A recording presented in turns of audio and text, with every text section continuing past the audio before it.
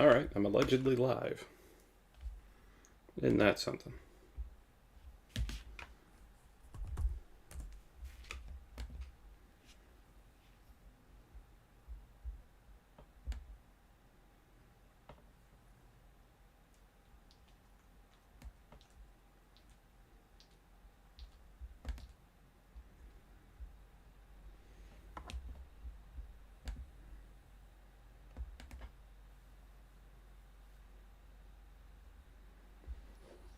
Okay, so yeah, I am live. Wow. Alright, this is trying to get used to all this software.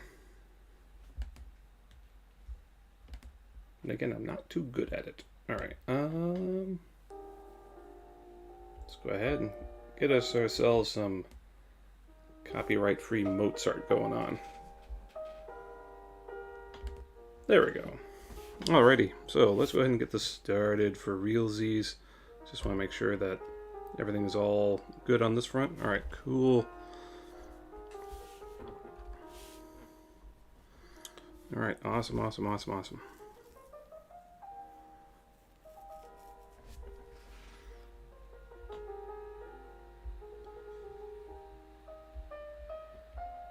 intend to broadcast to no one. Alright. Yep.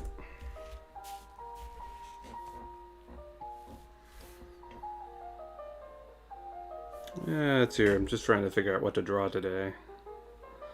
I mean, I was so busy with just getting OBS Studio to talk to YouTube. It was a little weird. I count that more as me really not practicing with the software too much.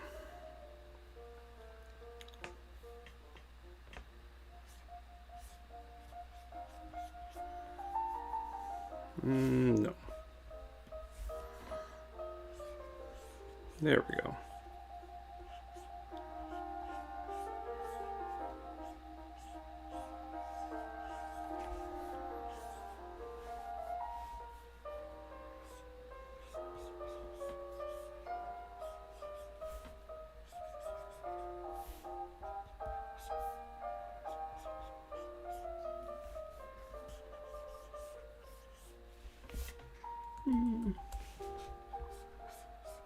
There we go.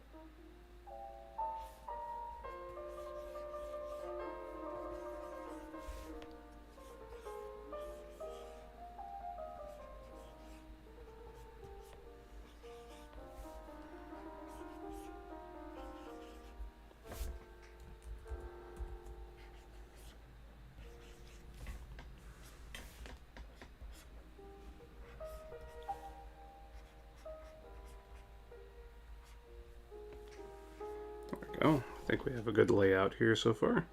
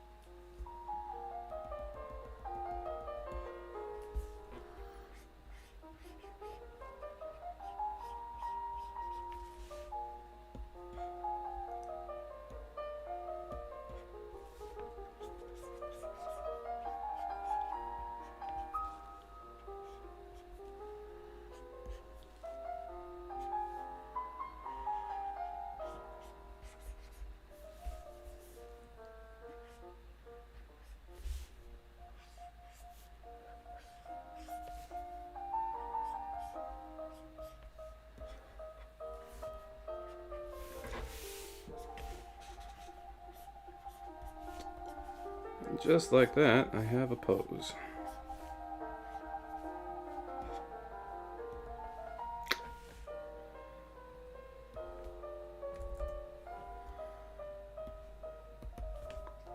Time to move on to the sketch. So I make a new layer for the sketch.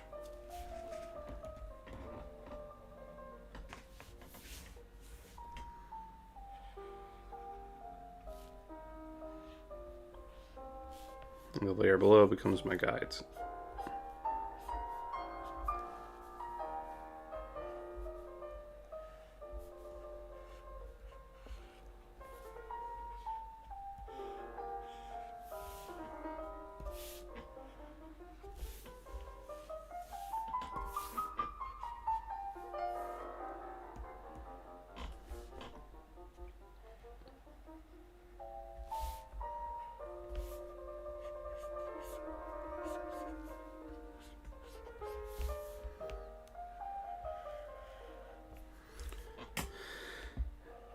Because I'm so self-conscious about trying to broadcast to a bunch of people while I make a drawing, I guess I'll just have to open myself up to criticism. So if you see something that you think could be better, to improve my technique or to shift my style into something a bit more streamlined, feel free to drop so in the comments if you ever see this video.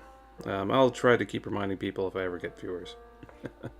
For right now, though, it's just kind of like, oh, this is how the tech works.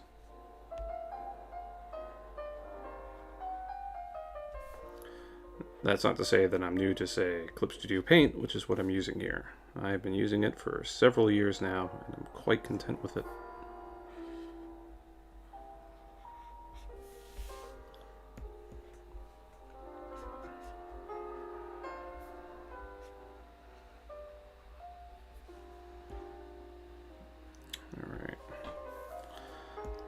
Get some of those sci-fi elements going on with the design, because I will be drawing Heretic today.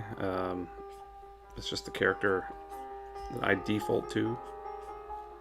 I'm very familiar with her character model. And for those that don't know, yes, Heretic is a creation of mine. So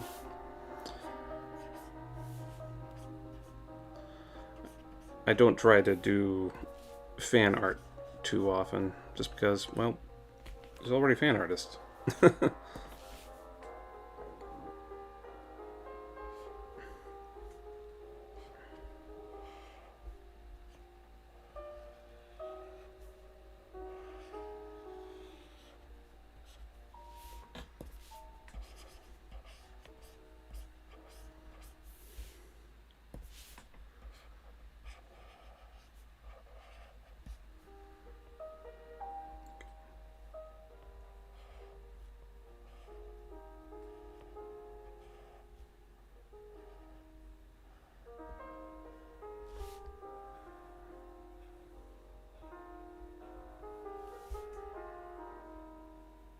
Oh.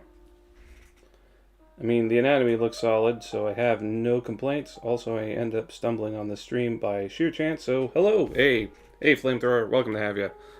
Just me experimenting with, well, with trying to live stream. You know, I tried to, so on Twitch, didn't quite feel right. Try YouTube.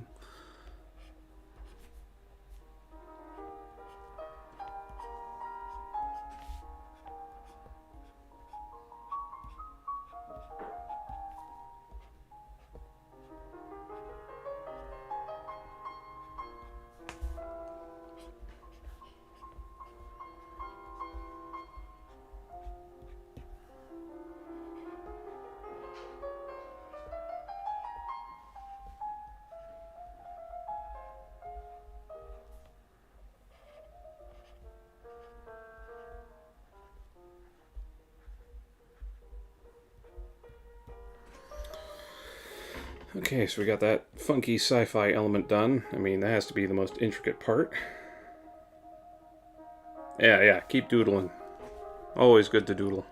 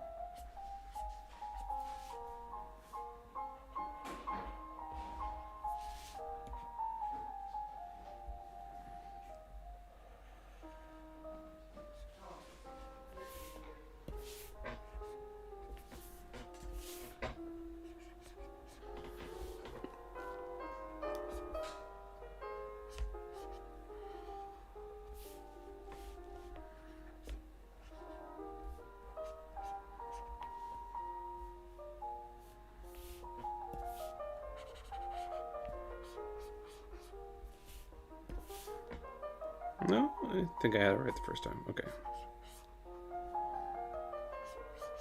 There we go. Yeah, that looks better.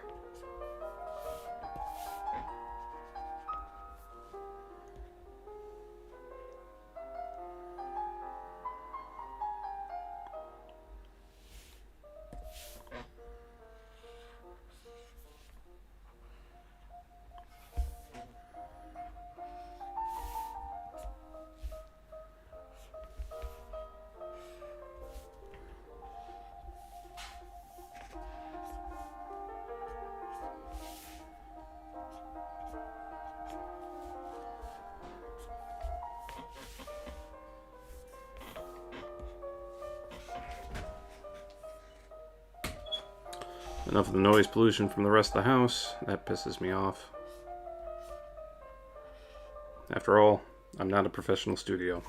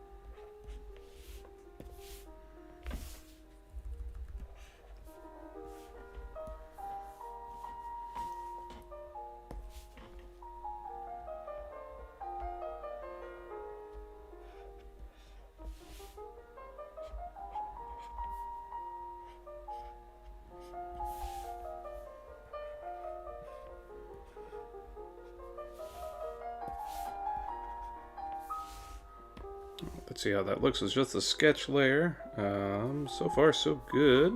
A little clean up here and there. In a few moments, I'll be ready to ink.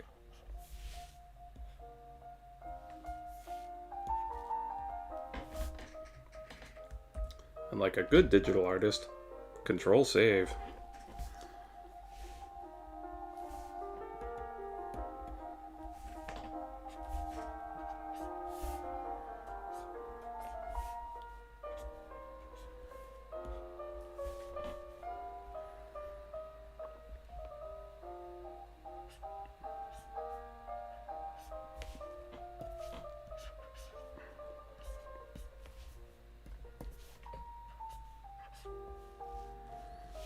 Alrighty.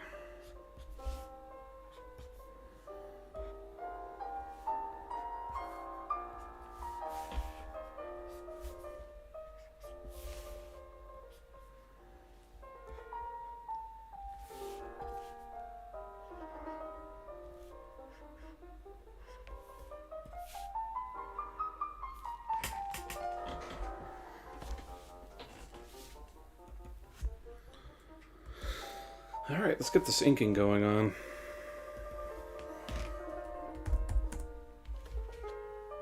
I usually use a vector layer for inking. That way I can resize it to whatever I need it to be, but I'm quite content with the resolution I have. But it also makes erasing easier.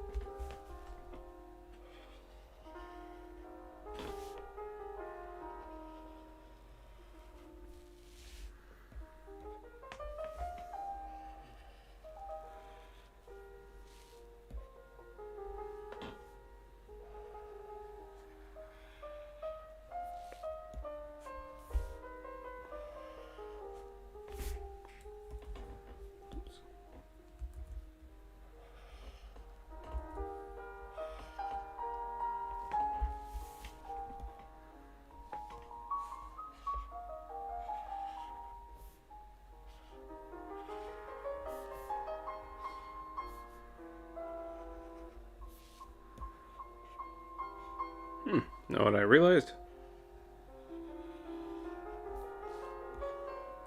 I forgot to add her knee pad. Nah.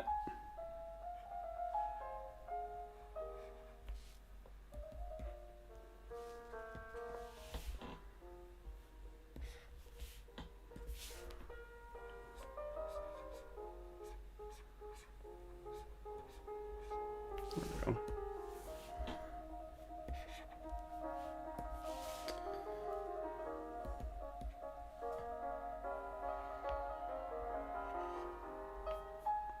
I mean, yeah, it's more of a spine, but whatever.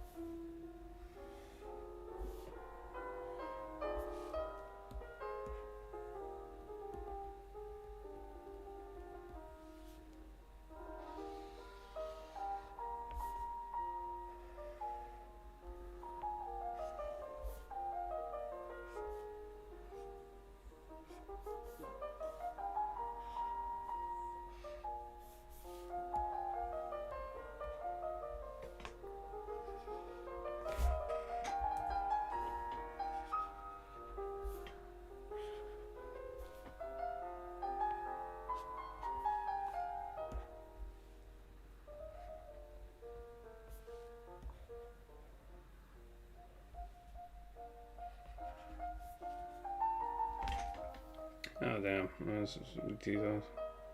We'll be adding any of those in, or will you just press forward? Oh, yeah, I already fixed the knee pad. So when I'm making demon characters, I forget to add horns and ears. Well, I mean, never stop, right? I mean, the whole process is always just constructing. Even if you miss a detail, you can add it in later, right? So that's what I did. So I missed a knee pad here, added that in.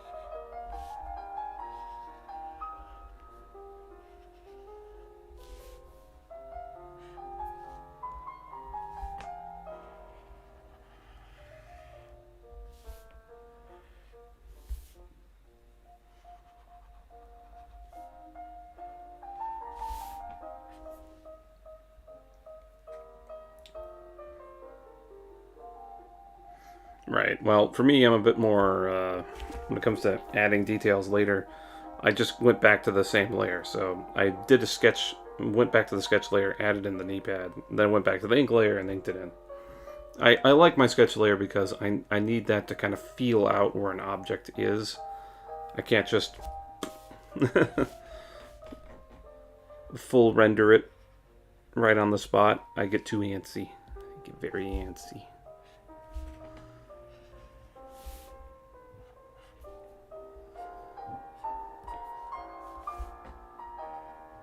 Alrighty.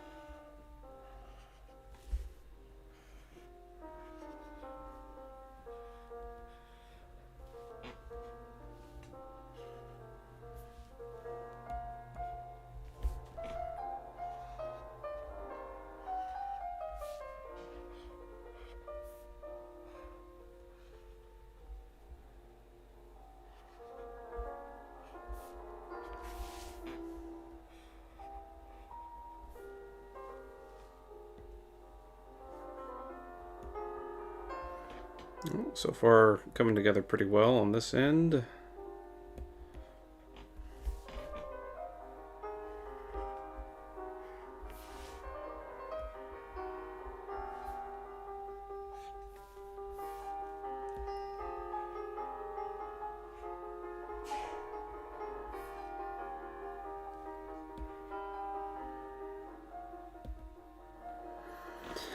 Alright, at this point, let's go ahead and do another save.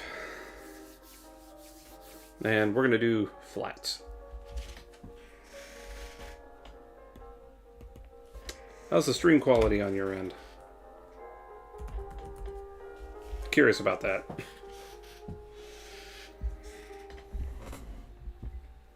Yeah.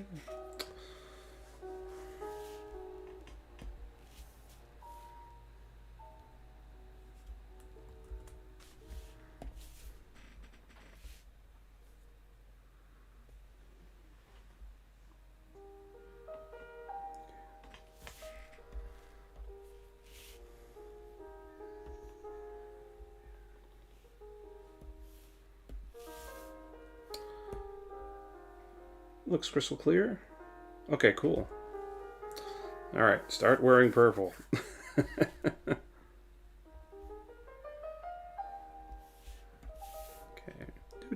Doot.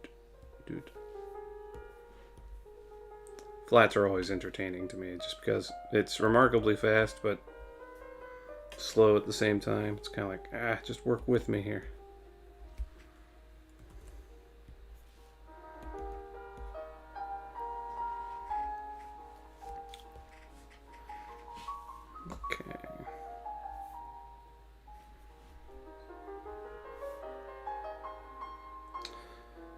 Hey, it's Mozart, and it's copyright free, so it can fill the space, and we don't have endless zones of awkward silence.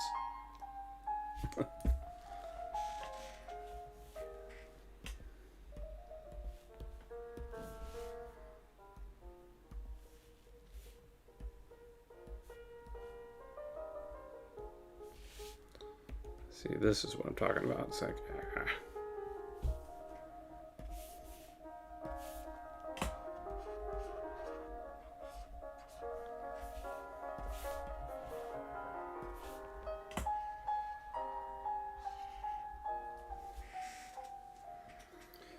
can't go wrong with Mozart.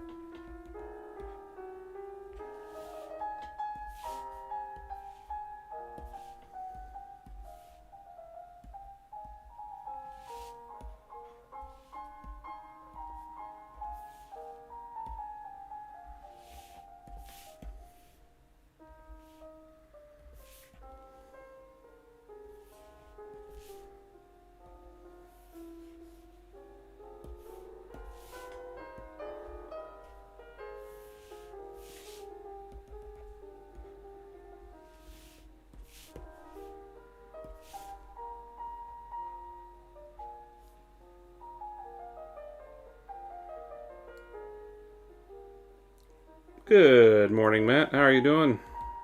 We're doing some drawing today. What do you think? I mean, I've already gone through my layout. Ooh, let's get rid of that cutout. We already went through my layout. And then we went into the sketch. Then we did the inking.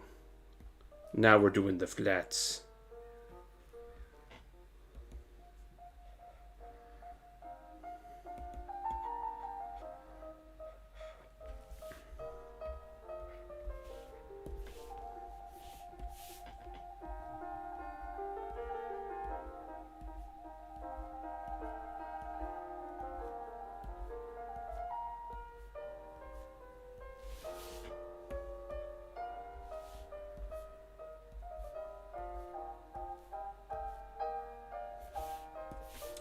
A little too small for my paint bucket, so we're going to do a direct paint. Alright. Look at our drawings from last year, and they are wonderful, and now it's very cool to watch the process. Oh, hey! It's my new experiment. I'm seeing if people will like it, and comments like that definitely keep me going. Alright, so flats are done. And this is where I finally make a folder for the whole character art, and I'm going to start working on the setting next. Okay, so I'm gonna move all those layers into the folder. Now I've kind of become known for my signature rain scenes. It's because I've been watching a lot of cyberpunk material lately, so I'm gonna do a rain scene.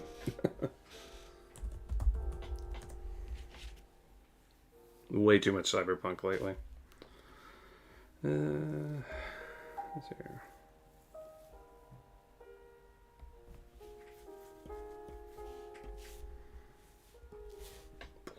All right.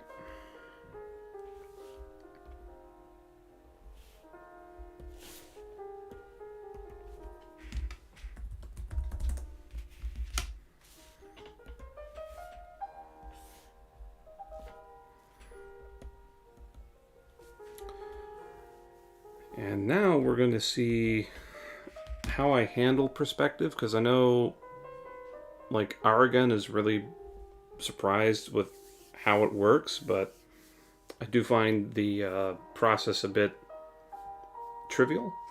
And I really do feel like anyone with Clip Studio Paint that knows how to access the perspective tool should be able to do what I do, because I really do feel like it's rudimentary. So we're going to do some building lines. And now we're going to use the cheat tool, as I call it.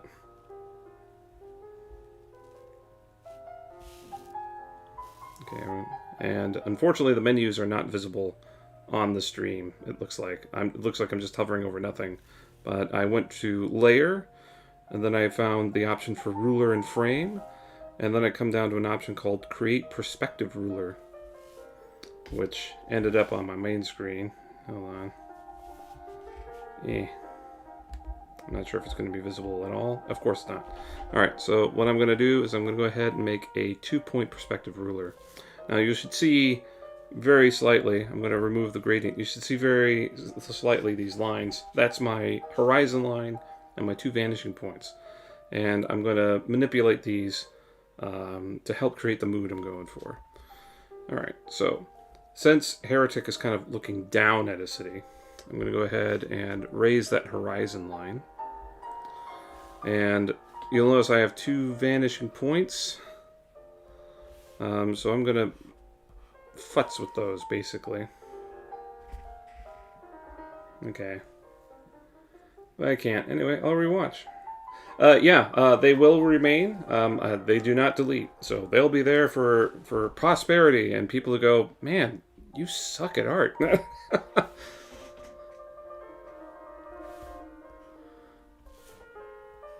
Alright, so I do like moving the vanishing points out to be wide. She's going to be mainly looking down the street, which is why the other vanishing point is so close.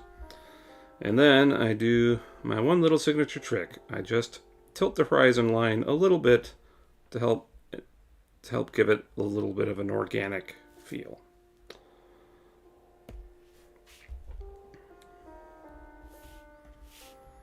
And then from this point, it's just a matter of me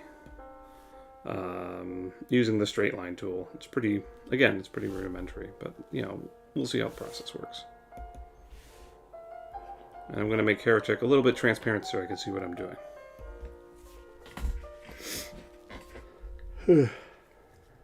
Yep, still in process, and now I'm doing the setting. All right, so let's go ahead. I think for this one, I will start with just where I want my street to be. And because she is up on a ledge, we'll make a thick line. There we go. We'll erase that for right now. Thank you. All right. Okay, so now we have that going on here.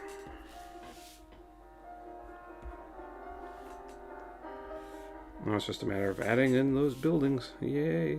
All right.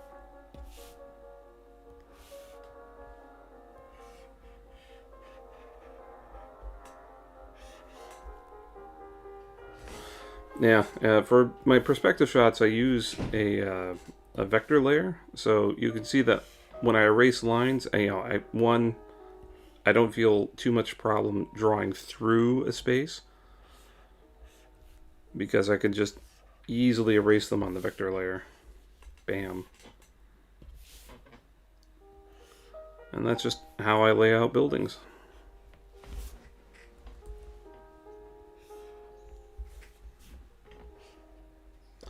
Ooh, that's a little tangentially. I'm going to do that instead.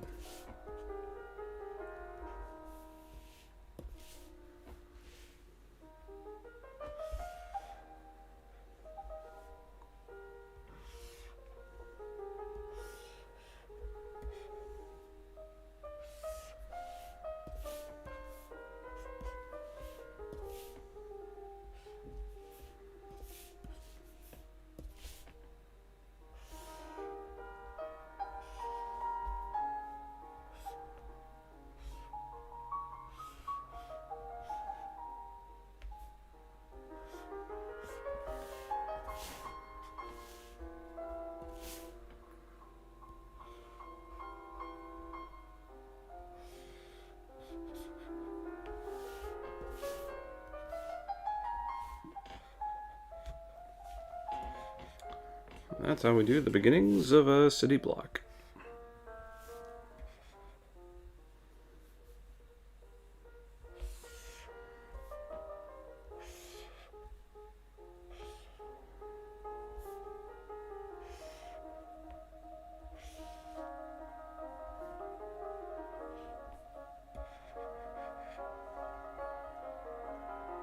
Here.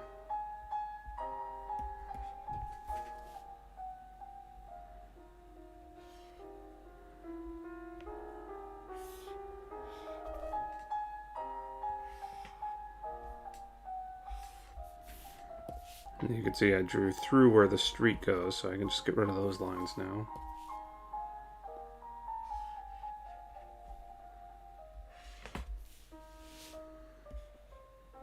Alright, so we have the beginnings of a street.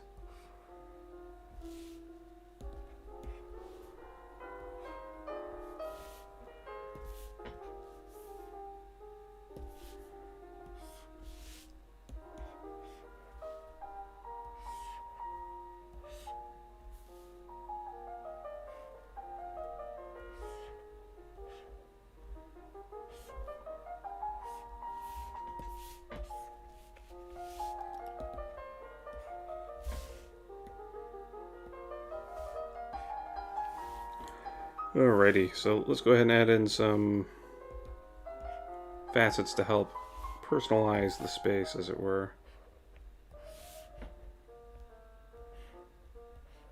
Like I imagine some buildings use cantilevers.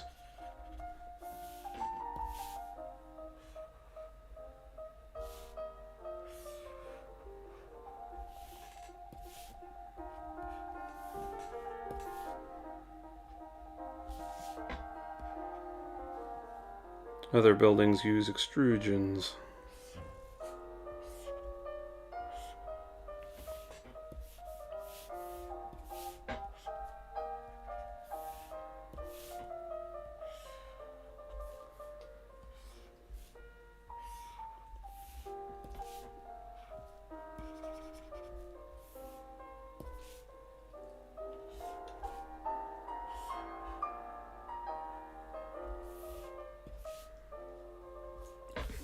Oopsies. That's what Control Z is for.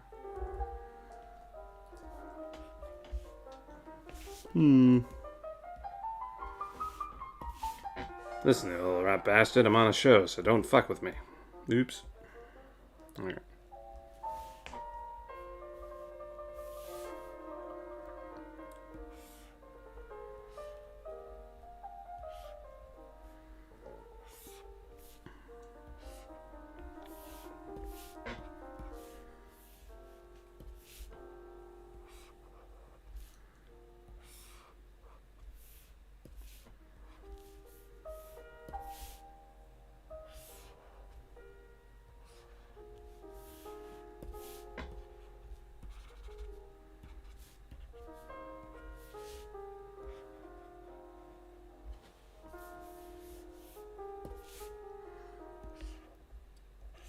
And you know, there's like HVAC and maintenance on top of these buildings, so, you know.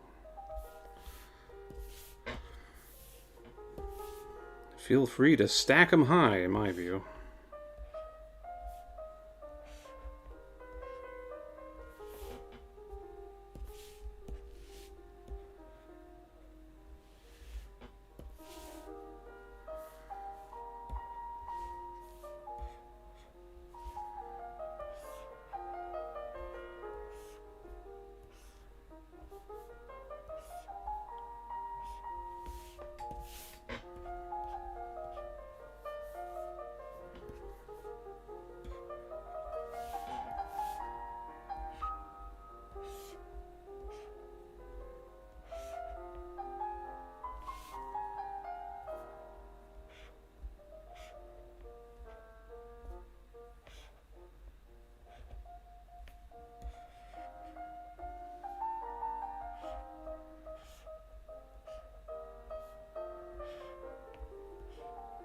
I see a comment.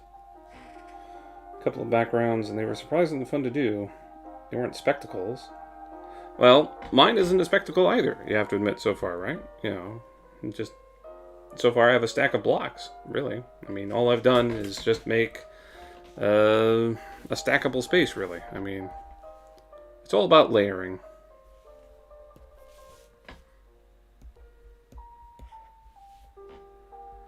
I mean, there are lots of people that would say, oh, stop there, it's good enough. And I'm like, yeah, it could be. Draw until you feel content.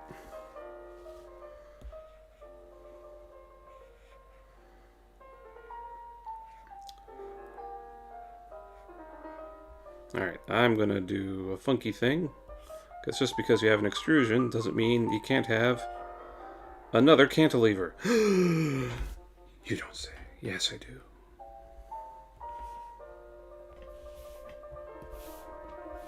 Now, doesn't that already look way more inviting? Yeah, you know you want to walk into this particular mall. At least that's kind of what I'm picturing over here. It's kind of like a little walk-in mall.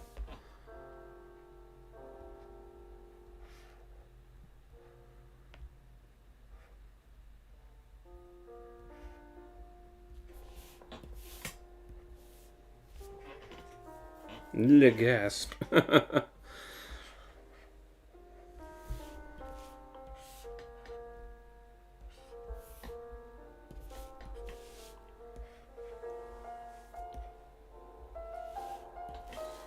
Because I don't want this wall here to be so barren, I'm just going to add like a small extrusion to imply that there's more to that structure there. But now I have, this is going to be like the one exception in this. This is just how it came together. It wasn't really planned. There are only a few areas where we see the tops of the structures. I'm not too worried about the extrusions, because those tend to be pretty bland. But you know that there would be maintenance and stuff on top of that particular roof, and you know that to be the case. And this is probably like the top of a parking garage. So, let's get to work on that. You don't want your little peoples falling off. Gotta give them a space to stand on and feel safe on. Alright. You gotta give them a means to get up there, too. Now, just so everyone's advised, I am now going to a thinner line tool. so I don't overpower certain things in this drawing process, because from here on out I'm going to be going into smaller stuff and applying some scale. So as you can see, there's now a door and some windows, and you know a door is going to be roughly 9 to 10 feet tall, so you know, oopsies, you know a person would be like that big. So you get some sense of just how big this space can be. And just a little detail like that can go a long way.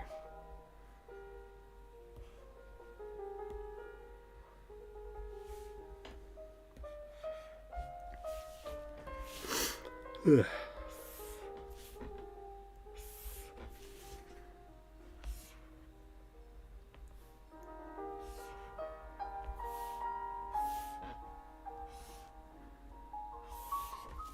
All right.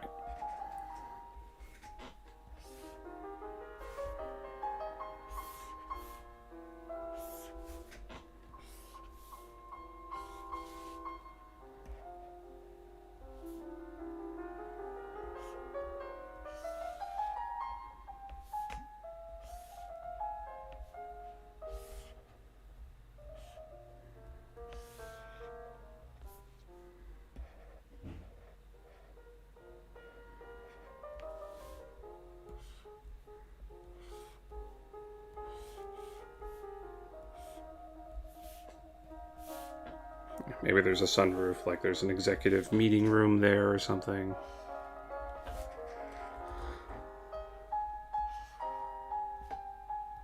So they want to have some natural light to spill in.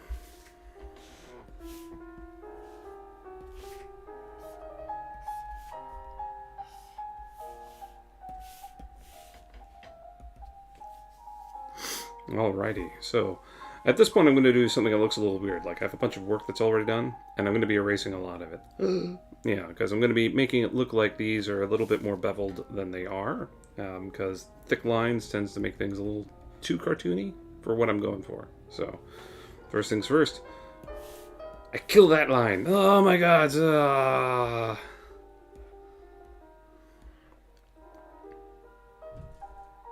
And then it's just a matter of beveling. With my thinner line tool, I soften the space. Make the building look more approachable, like I'm not gonna, stab myself with it.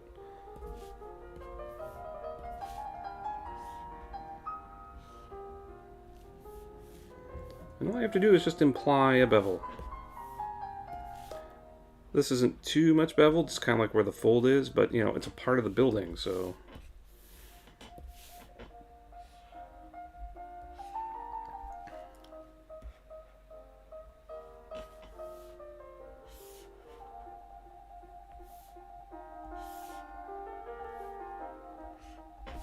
Actually, no. I want to continue the bevel process, and we can say there's like big signage here, or at least I'll imply there's signage there.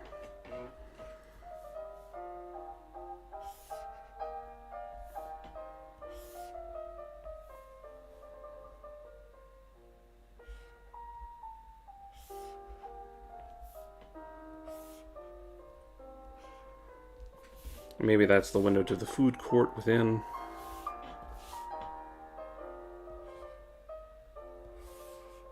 It's not so much for viewing, it's just for letting in natural light so they don't have to spend too much on their electricity bill, right? I'm going to bevel that out a little bit. And as I said, this is kind of like a parking garage, so...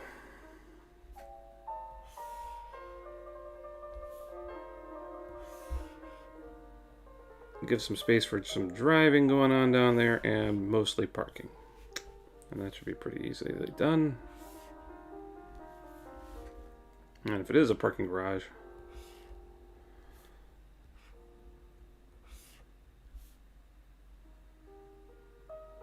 let's see here. Whoop.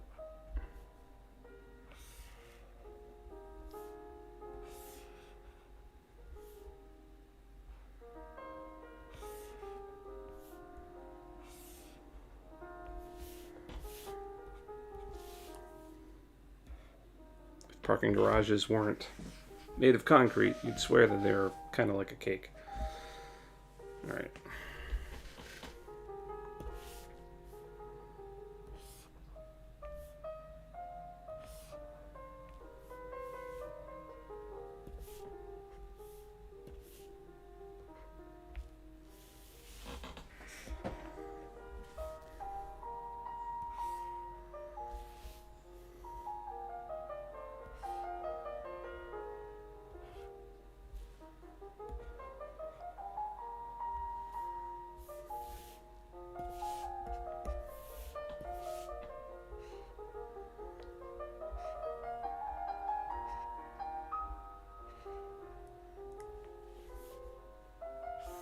But as you can see, very rudimentary. I'm not really doing anything particularly complex. I mean, as soon as I just got the tool out, I'm letting the tool do most of the work.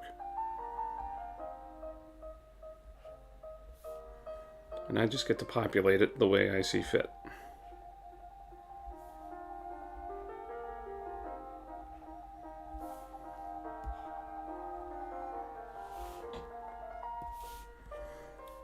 Now this one's going to be a little bit more of an office building. Like I imagine there's lots of accounting that happens in this particular building. Not for big guy accounting, more like middle class America accounting. Like, oh, you know, you're a part of this stock option that we bought in bulk.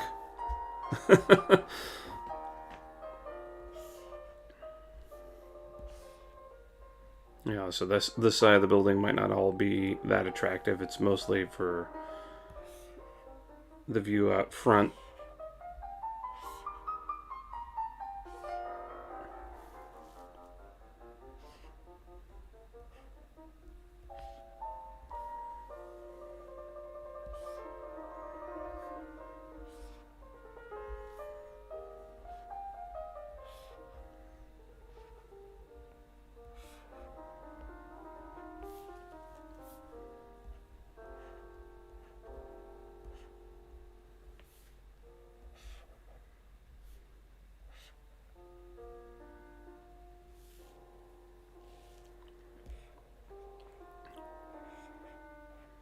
Yeah, let's just continue down the street.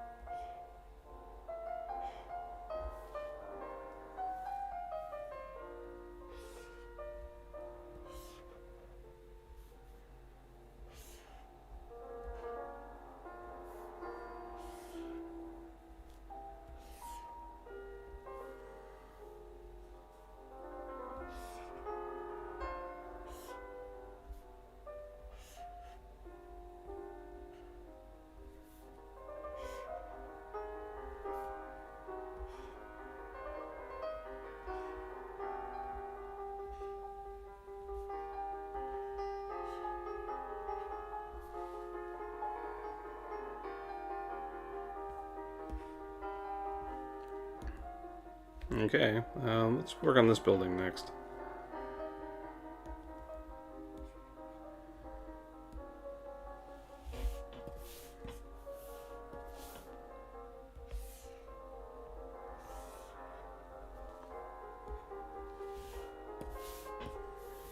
Yeah, just the act of implying a bevel seems to be enough to help soften some of the structures.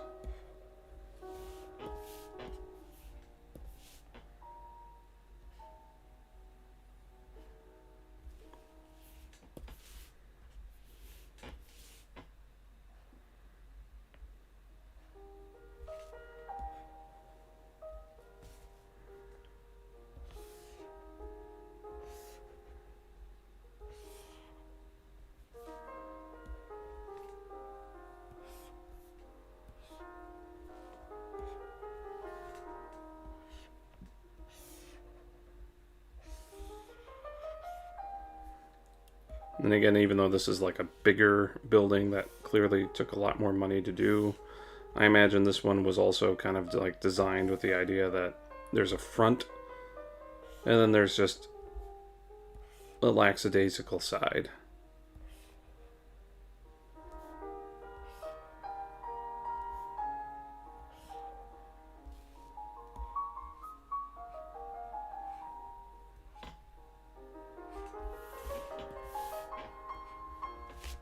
There we go.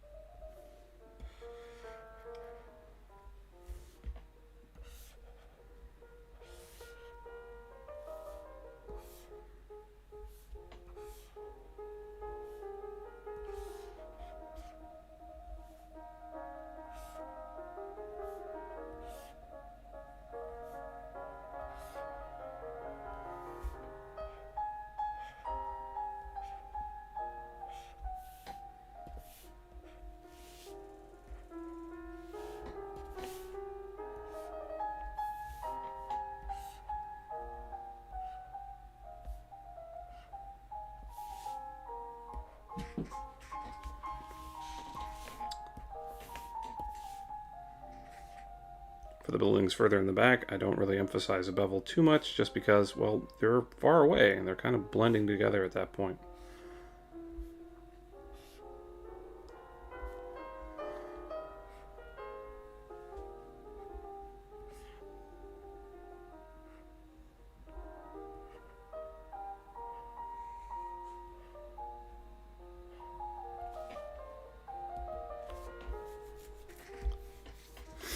Alright, so we have the workings of a city block coming together. You know, so we got plenty for Heretic to look at here. Oopsies. Alright. So now it's just a matter of filling in. One of the things I did note is that I accidentally made my lines way too light, because if I put this up, it's going to like, what am I looking at? So,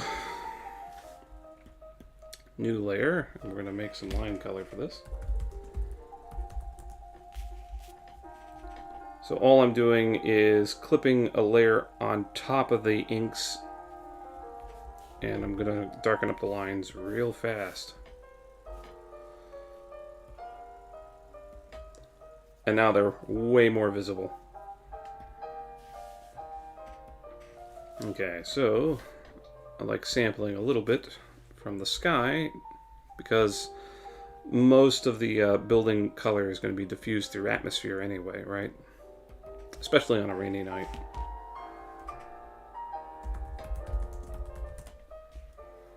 So I make a new layer. And where's my magic selector? Alright. So I selected the sky, and then I just inverse the selection. Nah, bam. Now everything else is selected.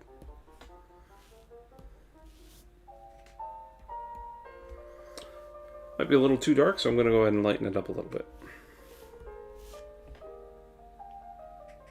I like it. I hope you like it too so far. Alright. So from this point on, it's kind of like, now I'm thinking what materials were used to make certain things. So, like, sidewalks tend to be a little bit lighter concrete. Like, it's easy to say, it's white, but it's not white, right? You know, because if I were to go full white, I just made an incandescent light bulb. Alright, so I only push that up ever so slightly.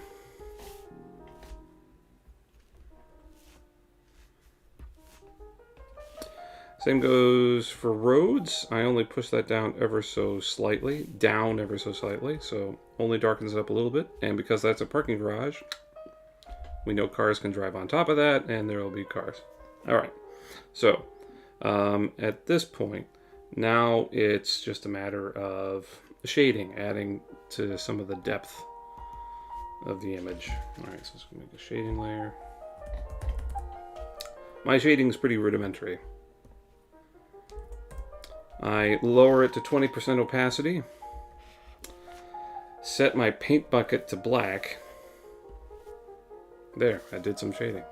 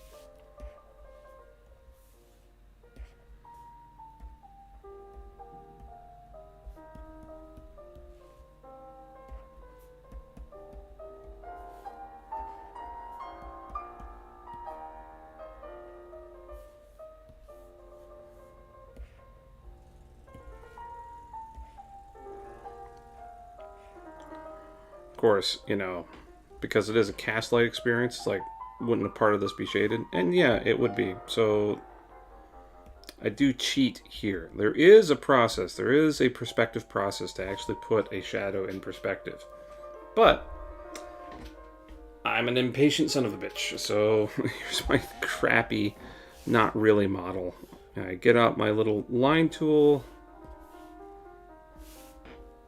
Fill that in.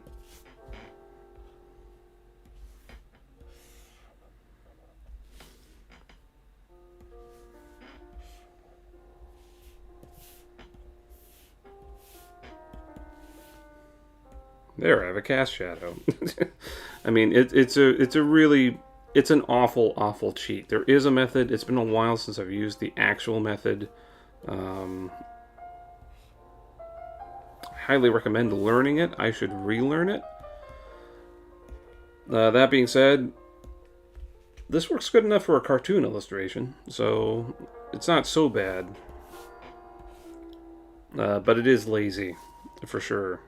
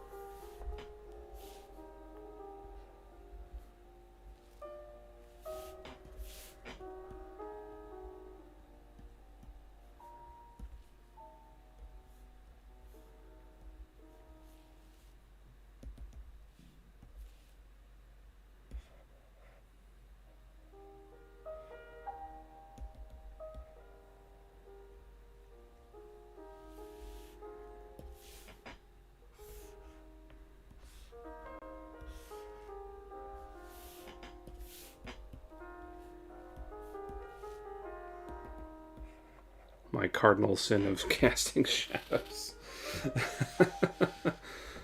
No, but it has an effect. It has an effect. Alright. Next up, Windows. Not to be confused with the operating system.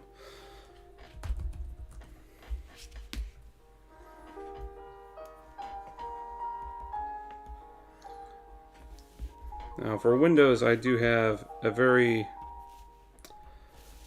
cheaty sort of way of going about it. So I have a new layer. It's going to be a raster layer. I color sampled the cast shadow, right? Because windows are always going to be inherently darker than the rest of the building. So I sampled cast shadow, and underneath the shadow cast layer, I'm going to be putting these windows. And there's another thing too, is that I'm going to have Clip Studio add an outline to these windows so that they're always blocked in. And the line color I'm using for them matches the line color that I'm using for the buildings. Okay, so it kind of looks like this. I'm going to add some windows here. Actually, no, yeah, there would be no windows here because it's a mall. But I will add some windows here. And I'm going to make sure my perspective tool is on. And, oops. Let's go ahead and grab the rectangle tool.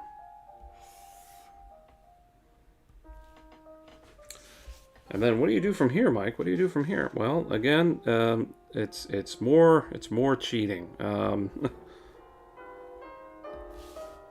Because then I just set my color to clear. And I just draw through the rectangle.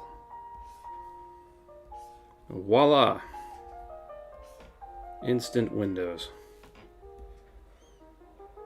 I know, it's It's unglamorous for sure.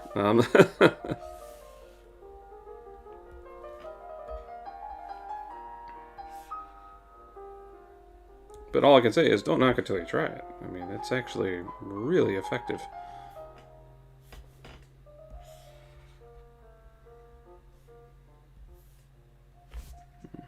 Try that again.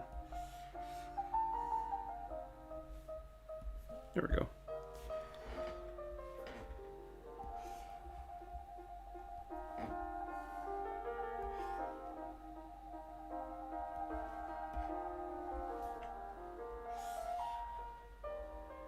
So, Mike, you're going to do this for all of them? Yes, I am. I am evil like that.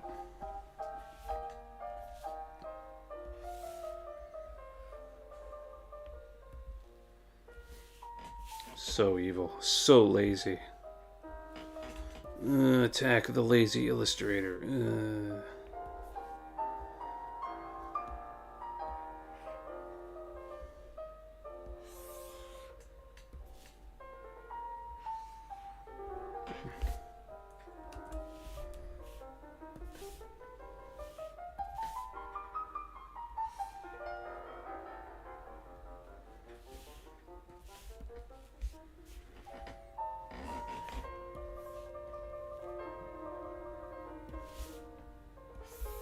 Oops. So yeah, I just draw through.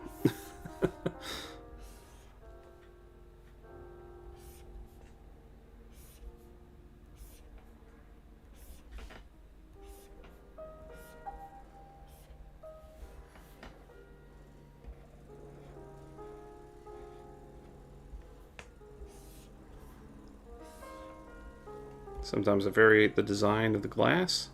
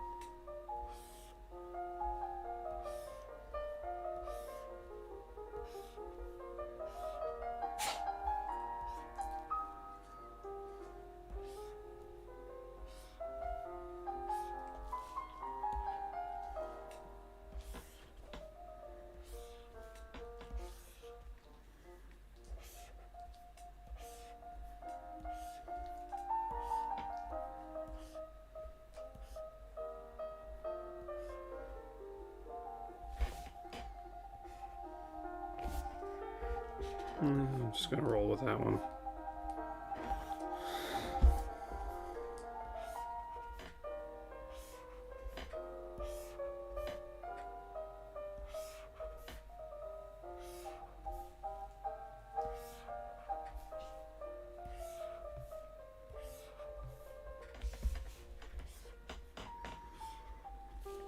That one's way in the distance, so I'm not too concerned with that one. And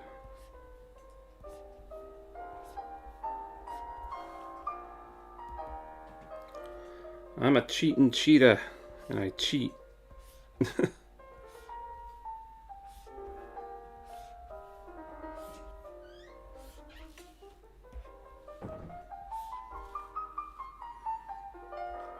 Ugh, so dirty.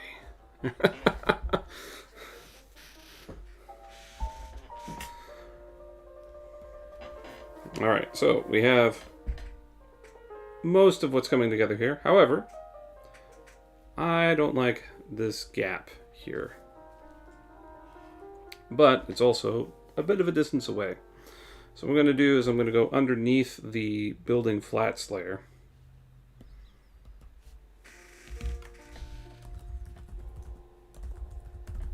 And I'm going to imply buildings. I'm going to sample the sky again because the sky diffuses out.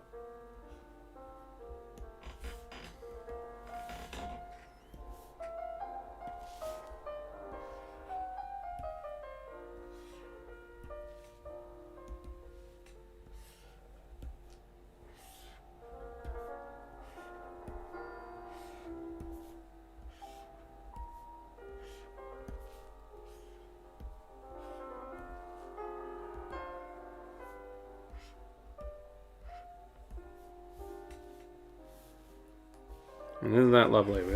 We now have a pretty complete scene, but we're still lacking a few things. I'm going to go ahead and imply cars and streetlights. However, I don't want like light pouring over this edge where Heretic is going to be squatting. So here's what I'm going to do. I'm going to go back to the building flats layer. Her entire ledge is one color, so just select it.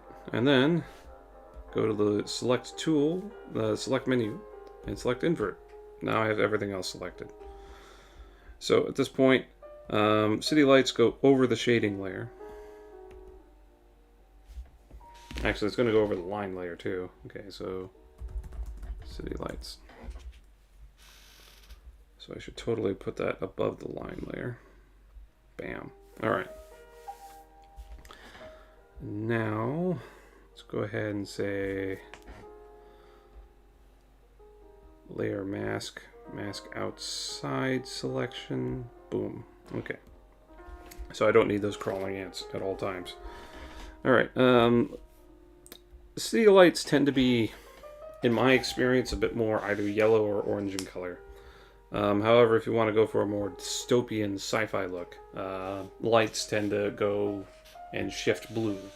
But Crafted's kind of more of a either near future or modern time. So I'm going to go, I usually default to like an orange light. So how I do lighting. First, I select a color. I'm going to go ahead and move myself real quick so you can see my color wheel. Alright. Yeah. Okay, so you can see that I selected kind of like a saturated and bright color. So it's pretty strong on the hue, but it's not like maxed out to saturation or brightness. So I like going about that area because what happens is that light tends to, as it expands outward, tends to separate. So it kind of becomes a more basic color. So my next thing is that there are several layer modes for color. The layer usually defaults to normal. I draw the color and it's there. However, I want this layer to be interacting with the layers beneath. So add glow is usually what I default to. What does that look like? Well, let's go ahead and take my airbrush and let's go ahead and draw out some light. And right now that's add glow. Here it is with normal. It just kind of blots out everything underneath. But, you know, light is meant for us to see, right? So I don't want to just blot it out with opacity. I want it to add to the color underneath.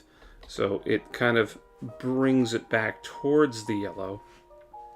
In fact, I'm not even going to use yellow. I'm going to go shift a little bit more orange here, a little closer to the red. And we're going to try that again.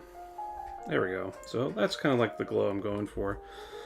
Alright, so at this point, it's just a matter of adding in some glow light here. We're only implying where there would be light. We don't actually have to draw all the light. And then I shift back over to yellow. And this time I desaturate and go maximum white. And then I swap over to a hard brush, a hard airbrush. And it creates this luminous effect where it feels like it's too bright to actually look at one of these lamps directly. And so far, that's how I handle things. That's how I handle a night shot. I'm also going to be implying traffic on the road, but I'm not actually going to be drawing any hardline traffic. So left lane is always oncoming, right lane is always outgoing. At least that's true in the United States. Your country of origin may vary. So let's go ahead and add some red taillights going the opposite direction. And I tend to go with soft brushes, but small for vehicles. In fact, let's go ahead and put this underneath traffic. A layer underneath the lighting one. I'm going to double the layer mask as well. Okay, so, and also add.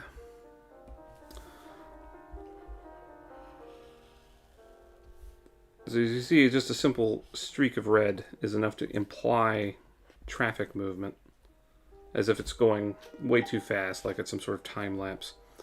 And oncoming traffic, I do tend to shift to whitish blue for oncoming traffic, just because even today, most people's headlights are defaulting to an LED, which emits a lot of blue. The cheaper ones are way too bright to look at, and then there's the actual ones, which are much more easy on the eye, but they also kind of have like this distinct sci-fi look to them.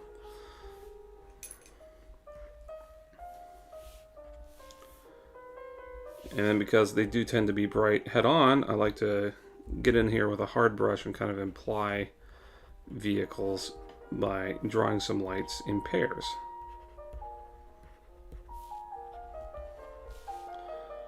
And there we go. We've implied city lights. Okay. So we have most of this done. And I'm going to go ahead and make a folder and just call that all background.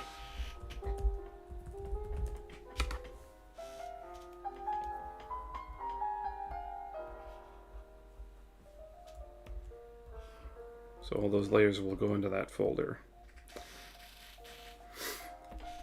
And I think for future reference, I will keep my portrait just above my color wheel selections, just so people can see what colors I am picking, because I want to be transparent with this process. All right, so let's go ahead and bring back our heretic image, and let's bring back her opacity. So she's sitting on the ledge, she's looking out. However, man, she looks really out of place, doesn't she? And that's because I mostly did her flats assuming she was under a white light. And I've also noticed that there is a small little problem with her flats. So first, let's correct that small little problem. I had some bleed through. When I don't complete the line all the way, I do have that little splash. So let's go ahead and do that. And usually I have about 5 or 6 of them. So today I was very lucky. But yeah, so how are we going to make her look like she's more in the scene? Well, a couple of different ways. The way I usually default to nowadays is I like to make a copy of the flats. So right now there are 2 layers of flats, and I'm going to call this adjustment. And then there's an option to colorize or to shift everything over to monotone to make a layer completely monotone, like that. And what I like to do is I like to take a color sample somewhere in the image, and you'll see that it kind of like it's very dark blue, right? I'm going to shift that back up to a very bright blue or purple, and then I go back to the blending mode for the layer and I select multiply. See, now it's affecting the layer underneath. It's affecting my flats, and now she looks much more composed into the scene. So next up, like the buildings, I create a shading layer. Let's go ahead and do that. I do name all of my layers. I used to be a jackass that only had layers 1 through 150. I mean, right now I have 1, 2, 3, 4, 5, 6, 7, 8, 9, 10, 11, 12, 13, 14, 15, 16, 17. Right now I have 17 layers. If I just left that all layers 1, 2, 3, 4, 5, 6, that would be very annoying. Alright, so I made a shading layer. I reduced the opacity down to 20%, and with a completely black brush, I do use the standard G pen, go to town. However, most of the light is coming from beneath her. That's also a dark scene, so here's what I'm going to do. Just going to blot it out, and I'm going to assume that there's going to be light coming from her left-hand side. And we're going to drop over to a transparent brush. Go back to the G pen. And just start painting out where light would actually be hitting her.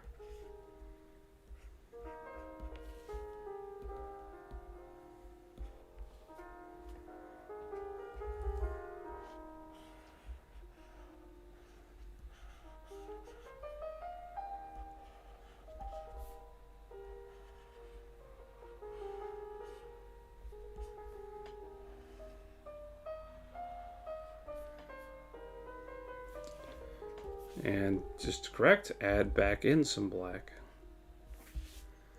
In fact, I'm just going to go ahead and do this little number. Oops.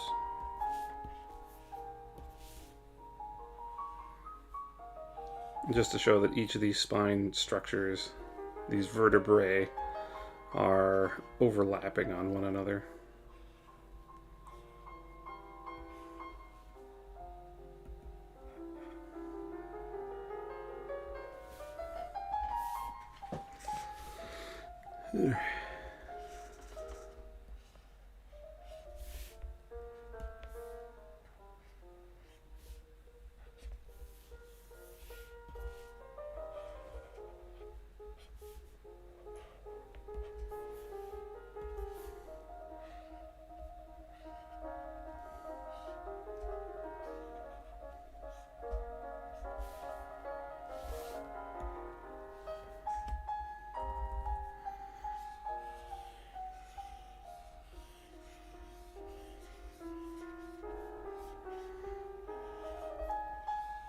Flat shading, everyone.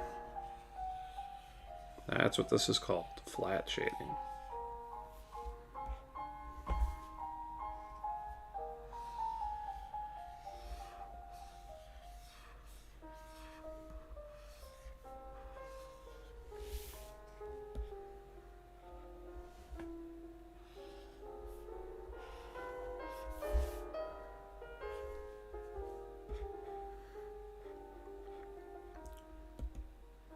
Okay, so let's do another thing to add her into the scene. You notice she's not casting a shadow. Let's go ahead and have a cast shadow go on here. So underneath the folder for Heretic, I'm just going to make another folder just called Cast Shadow. Shadow. And again, it's another going to be it's going to be a really simple experience. 20% opacity. Let's go ahead and go with just a simple black cast shadow. Oops.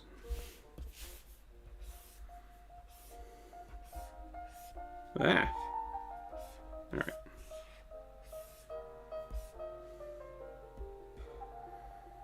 And there we go. Pretty straightforward cast shadow. All right. Couple more things to do here. Everyone likes rim lighting.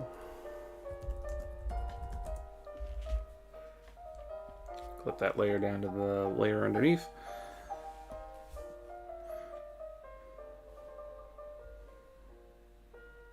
And let's go to blending mode, add glow. Now, it looks like the brightest source of light from underneath is going to be these cars. So what I'm going to do is I'm going to take a bluish color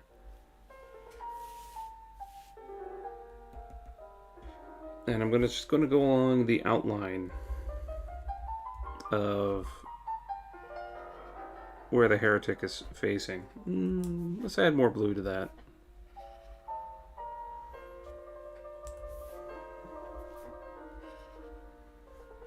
That should do. Ooh, kind of like how it blends into a purple.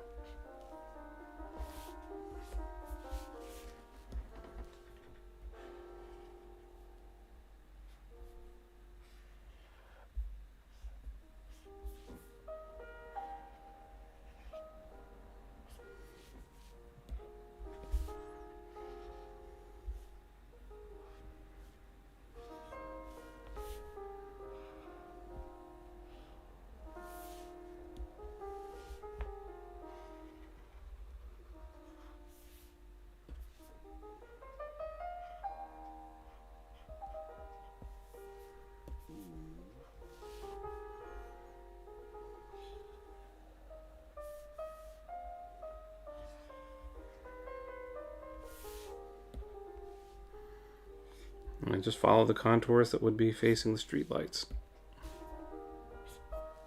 That's all I'm doing.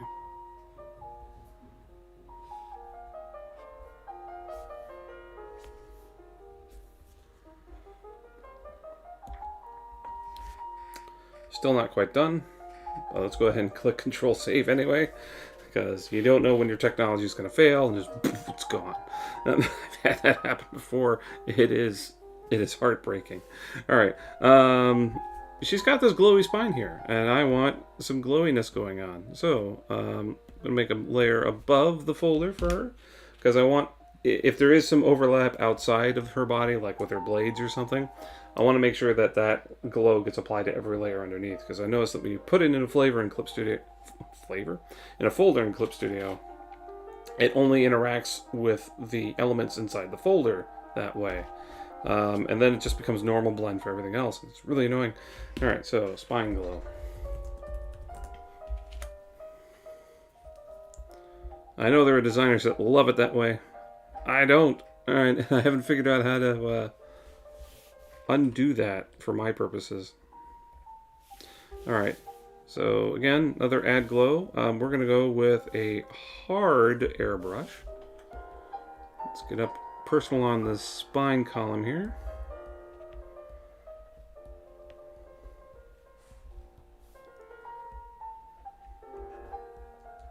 I don't want the glow to overpower every single one. I just want to, imply that it's a soft glow, but you can still visibly see it.